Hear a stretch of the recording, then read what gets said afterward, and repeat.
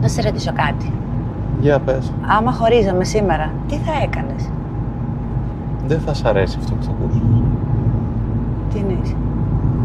Το πιο πιθανό να γίνανε στην πρώην. Ορίστε. Τι ορίστε? Τι εννοείς θα γύρναγες στην πρώην σου? Θα γύρναγα στην πρώην μου αν με χώριζες. Και γιατί δεν γυρίζεις τώρα? Τώρα δεν γίνεται. Γιατί? Γιατί πρώτον δεν είμαι ελεύθερος εγώ και δεύτερον ούτε αυτή είναι ελεύθερη. Πάπα, κάτσε τώρα γιατί... Πες μου τώρα τι θα έκανες αν χωρίζαμε σήμερα. Αλήθεια σε ρωτάω. Και εγώ αλήθεια σου απαντάω, θα γύρναγα στην πρώην μου.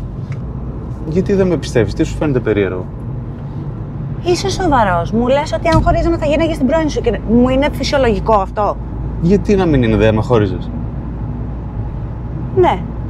Ωραία. Εγώ θα γύρναγα στην πρώην μου αφού μ' αρέσει. Γύρνα τώρα. Δεν γίνεται, σου είπα. Γιατί δεν γίνεται? Γιατί και αυτή είναι με άλλον και εγώ είμαι με άλλη. Ωραία, σε χωρίζω να πας. Δεν το εννοείς?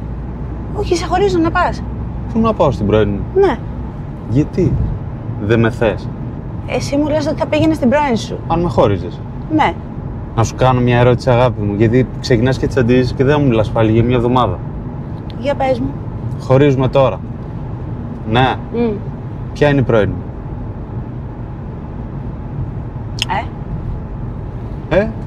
Πού δυσκολεύεσαι? Χωρίζουμε τώρα. Ποια είναι η πρώην μου? Τώρα.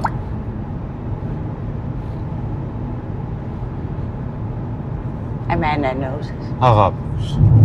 Ώρες. Είσαι ξεφτέρη. Σταμάτα.